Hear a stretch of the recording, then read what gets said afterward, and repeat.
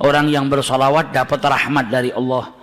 Orang yang bersolawat kelak tempatnya paling dekat dengan Rasulullah nanti di hari kiamat. Orang yang banyak bersolawat akan mendapatkan syafaat daripada Rasulullah Sallallahu Alaihi Wasallam. Orang yang memperbanyak solawat, hajat-hajatnya dikabulkan. Kalau kesusahan, diberikan jalan keluar sama Allah. Berkatnya solawat. Berkatnya solawat itu macam-macam. Yuqdhal hawaij, dia punya hajat yang banyak. Kalau dia perbanyak solawat kepada Rasulullah, hajat-hajatnya dikabulkan oleh Allah Subhanahu Wa Taala. Sehingga dalam hadisnya banyak Nabi mengucap aktsiru, perbanyaklah solawat. Yang paling dekat dengan kau kelak di hari kiamat adalah yang paling banyak bersolawat saat di dunia. Para ulama menjelaskan al-iktsar, memperbanyak solawat itu paling sedikit dari kategori perbanyaklah solawat. Minimal kau baca 300 kali solawat dalam sehari semalam, jangan kurang, supaya bisa masuk dalam kategori orang yang memperbanyak solawat kepada Rasulullah Sallallahu Alaihi Wasallam. Apalagi di zaman-zaman seperti ini kita sudah harus lebih banyak bersolawat, dan solawat itu zikir.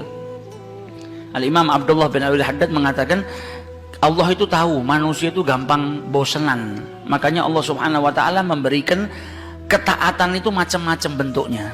Zikir pun macam-macam, ada astaghfirullah, ada kalimat tauhid la ilaha illallah, ada tasbih, ada tahmid, ada solawat. Karena manusia itu punya tabiah bosen, malal. Kalau zikir itu cuma satu, ditakutkan dia nanti sumpek, bosen. Kalau bosen akhirnya dia nggak memperbanyak. Tapi ketika ada banyak macam ketaatan, engkau bisa taat dengan sholat, engkau bisa taat dengan berzikir, engkau bisa taat dengan Allah Subhanahu Wa Taala dengan bersedekah. Macam-macam taat, macam-macam zikir ini menjadikan supaya kita tidak putus untuk ingat kepada Allah Subhanahu Wa Taala. Jangan sampai bosan.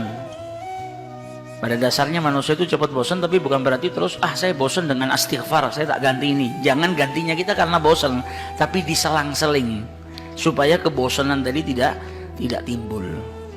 Nah, salah satu yang harus kita perbanyak nanti di bulan Rabiul Awal, bahkan di hari-hari lainnya kalau bisa, yaitu sholawat kepada Rasulullah Sallallahu Alaihi Wasallam. Khususnya di zaman fitnah seperti ini, kita butuh banyak sholawat supaya dapat rahmat dari Allah Subhanahu Wa Taala, supaya kita diberi keselamatan oleh Allah Subhanahu Wa Taala, dan manfaatnya sholawat banyak sekali.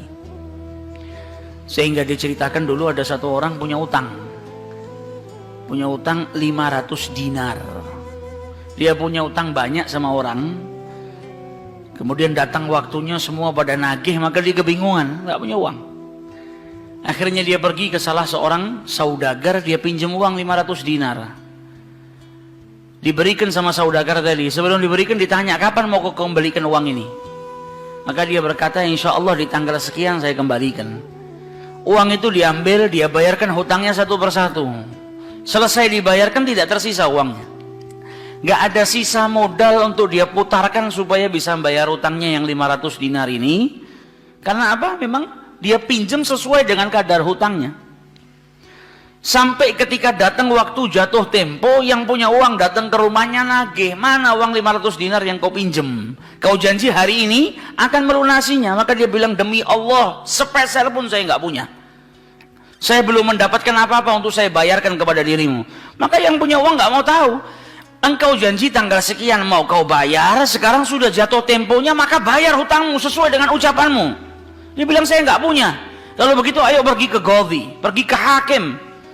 Nggak benar ini perbuatanmu. Maka yang ngutang tadi dibawa sama yang punya uang ke hakim. Diceritakan perkaranya, ditanya sama hakim, kenapa tidak kau bayar hutangmu? Bukankah engkau berjanji hari ini akan melunasinya? Dia bilang, iya saya berjanji, tapi saya nggak punya uang. Saya bukan pengkhianat, bukan orang yang mau berdusta. Kalau berdusta saya akan bilang saya nggak punya uang. Nggak ada perjanjian di sini, nggak ada bukti. Tapi saya ngaku kalau saya punya utang dan hari ini saya nggak punya uang untuk saya bayarkan. Maka Qadhi berkata, apa? Kalau begitu kau melanggar janjimu, maka engkau harus dihukum, engkau harus dipenjara. Maka yang utang tadi bilang apa? Kalau begitu ya sudah, kalau memang hukumannya saya harus dipenjara karena saya nggak bayar utang, ya sudah saya terima. Tapi tolong berikan saya waktu 1 hari. saya mau kembali ke rumah saya mau izin dengan istri dan anak-anak saya, besok saya akan kembali ke sini lagi dan masukkan saya ke dalam penjara. Maka sang hakim berkata apa? Bagaimana mungkin saya bisa percaya dengan dirimu? Siapa yang menjamin dirimu? Kalau ada yang menjamin kau bakal kembali ke sini, maka saya lepaskan. Dia bilang, ya Ghadhi, kalau saya niat lari sudah dari kemarin-kemarin saya lari. Kalau saya niat lari saya nggak datang ke sini, maka percayalah saya akan kembali di esok hari. Maka kata Ghadhi, jaminannya apa? Akhirnya lelaki tadi bilang apa? Jaminannya yang menjamin saya adalah Rasulullah Shallallahu Alaihi Wasallam. Maka sang hakim bingung. Maksudmu yang menjamin Rasulullah ini bagaimana? Dibilang, ya hakim, kalau saya besok nggak kembali ke tempat ini, saya bersedia ditolak menjadi umatnya Nabi besar Muhammad Shallallahu Alaihi Wasallam. Ini tidak main-main sumpahnya. Dan ini bukan sembarang orang, memang orang yang soleh. Dia bilang, berikan saya waktu sebentar, saya kembali kepada keluarga saya pamit dengan istri saya, besok saya kembali. Saya bersumpah dan saya siap dikeluarkan dari umatnya Rasulullah, nggak dianggap sama Rasulullah kalau sampai saya berdusta. Maka si hakim tadi mendengar sumpahnya seperti ini, akhirnya dipercaya. Kalau begitu kembalilah. Maka dia kembali ke rumah, dia ceritakan kepada istrinya, dia minta izin sama istrinya, suamimu ini mungkin besok di penjara karena nggak bisa bayar utang. Kata istrinya, kalau kau dihukum penjara, terus apa yang bisa membuatmu keluar sekarang ini? Kok tidak langsung di penjara, kok bisa kembali ke rumah?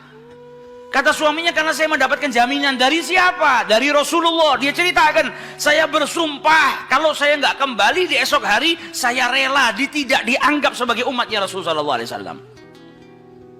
Maka istrinya berkata, selagi engkau ini mendapat jaminan dari Rasulullah atau kau menjaminkan Rasulullah SAW, maka ayo kita perbanyak sholawat. Semoga Nabi besar Muhammad SAW benar-benar menjamin dirimu.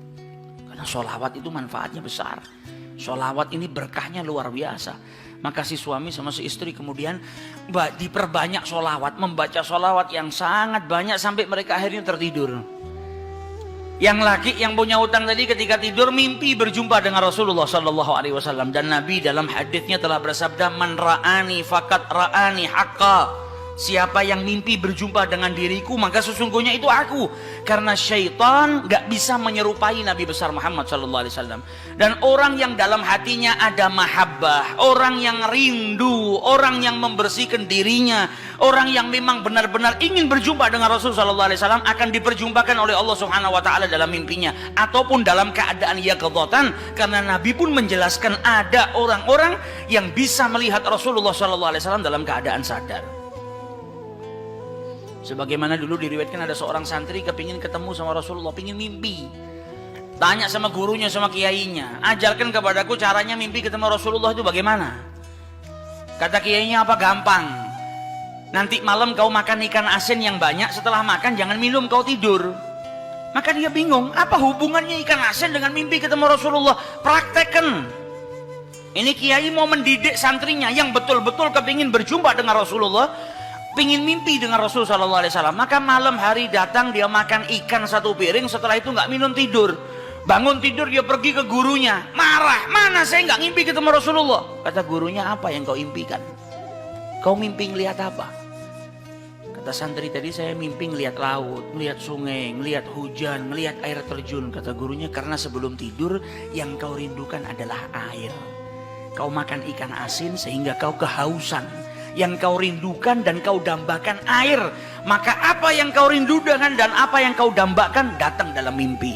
Coba setiap kali kau tidur kau rindu dengan Rasulullah. Coba setiap kali kau tidur kau ingin sekali dan minta sama Allah Subhanahu Wa Taala akan diperjumpakan dengan Rasul Sallallahu Alaihi Wasallam. Maka kau akan diperjumpakan dengan Nabi besar Muhammad Sallallahu Alaihi Wasallam. Nah, ini yang diajarkan sama para ulama. Ini yang punya utang tadi mimpi ketemu Rasulullah Sallallahu Alaihi Wasallam. Dalam mimpinya apa kata Rasulullah? Kau jangan takut, jangan gelisah. Orang yang mahabbah, baca sholawatnya bukan sekedar baca, tapi baca dari lubuk hatinya, baca dengan penuh kecintaan. Mimpi berjumpa dengan Rasulullah dan berkahnya sholawat tadi bisa menyelamatkan orang, hajat-hajatnya bisa dikabulkan, dapat pertolongan dari Allah Subhanahu Wa Taala. Maka dalam mimpinya Rasulullah bilang apa? Besok pagi kau pergi, idhab ilal wali, pergi ke gubernur di tempatmu itu. Bilang sama gubernur tadi, Rasulullah mengucapkan salam kepadamu. Dan sampaikan kepada si gubernur, kalau setiap hari dia bersolawat kepada Rasulullah sebanyak 1000 kali, itu solawatnya sampai kepada Nabi Muhammad. Dan sampaikan kepada si gubernur, tadi malam dia itu kebingungan baca solawat sudah 1000 atau belum. Ada salah dalam menghitung sehingga dia itu gelisah, saya sudah 1000 atau belum. Maka sampaikan kepada gubernur itu bahwasanya solawatnya sudah sampai 1000, jadi dia nggak perlu gelisah. Bangun dari tidur, dia mau kembali ke Ghazi, tapi sebelumnya dia pergi ke wali. Pergi ke gubernur tadi. Sampai di rumahnya gubernur, dia sampaikan, wahai wali, wahai gubernur, Rasulullah menitipkan salam kepadamu. Kaget dia. Orang yang selama ini dia solawati, gubernur ini gubernur yang cinta kepada Rasul Sallallahu Alaihi Wasallam. Tiba-tiba ada orang yang datang, bawakan salam dari Rasul Sallallahu Alaihi Wasallam. Nabi Muhammad berkata kepadamu, wahai gubernur, solawatmu yang kau baca 1000 kali setiap hari sampai kepada Rasulullah. Dan tadi malam ketika engkau kebingungan solawatmu itu sudah 1000 atau belum, ternyata sudah 1000. Nabi ngabarkan kau jangan takut, jangan gelisah, karena solawatmu seperti biasa, istiqomah kau baca, jumlahnya sudah 1000. Dan Nabi Muhammad minta engkau bantu diri saya untuk melunasi hutang. Maka saking gembiranya dapat salam dari Rasulullah, dapat kabar kalau solawatnya yang selama ini dia baca sampai kepada Rasul Sallallahu Alaihi Wasallam. Ditanya utangmu berapa? 500 dinar. Diambilkan 500 dinar dari Baitul Mal. Setelah itu diambilkan lagi 2.500 dinar dari uang pribadinya. Ini hadiah buat dirimu karena kau datang bawa kabar gembira kepadaku, yaitu Rasulullah Sallallahu Alaihi Wasallam mengucapkan salam kepadaku. Mahabbah.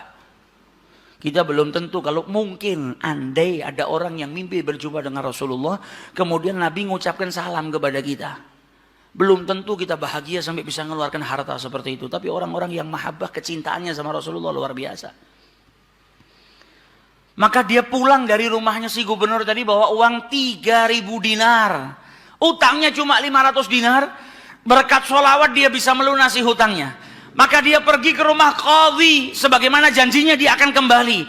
Dia ketuk pintu rumah qadhi, maka qadhi tadi ketika buka pintunya langsung memeluk orang tersebut, nangis yang luar biasa dan berkata apa? Alhamdulillah, berkat dirimu tadi malam saya mimpi ketemu Rasulullah Sallallahu Alaihi Wasallam.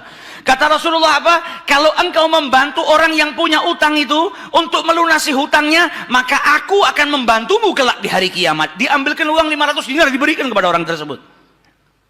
Sampai Ghazinya pun diimpiin sama Rasulullah Sallallahu Alaihi Wasallam. Keluar dari rumahnya Ghazi bawa uang berapa? 3.500 dinar. Dia pergi ke tempat orang yang dia utangi mau bayar utangnya. Ketika sampai di rumah orang tersebut, orang yang dia utangi tadi sudah berada di depan rumah nunggu kedatangannya. Ketika ini yang punya utang datang langsung dipeluk, dicium, sambil menangis mengucapkan terima kasih, berkat dirimu tadi malam saya mimpi ketemu Rasulullah. Kata Rasulullah, kalau kau bebaskan utangnya fulan, kelak kau akan aku bantu, aku berikan syafaat kepadamu di hari kiamat. Utangmu jangan dibayar dan ini ada hadiah untukmu 500 dinar. Berangkat dari rumah punya utang 500 dinar.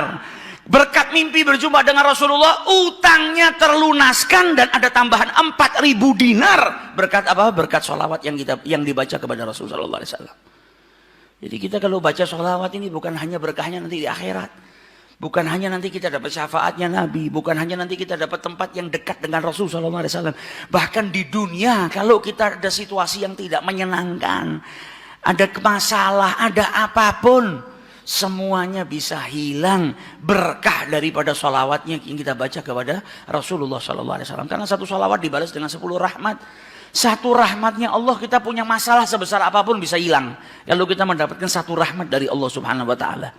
Sedangkan orang yang bersalawat kepada Rasulullah Sallallahu Alaihi Wasallam, maka dia mendapatkan 10 rahmat daripada Allah Subhanahu Wa Taala.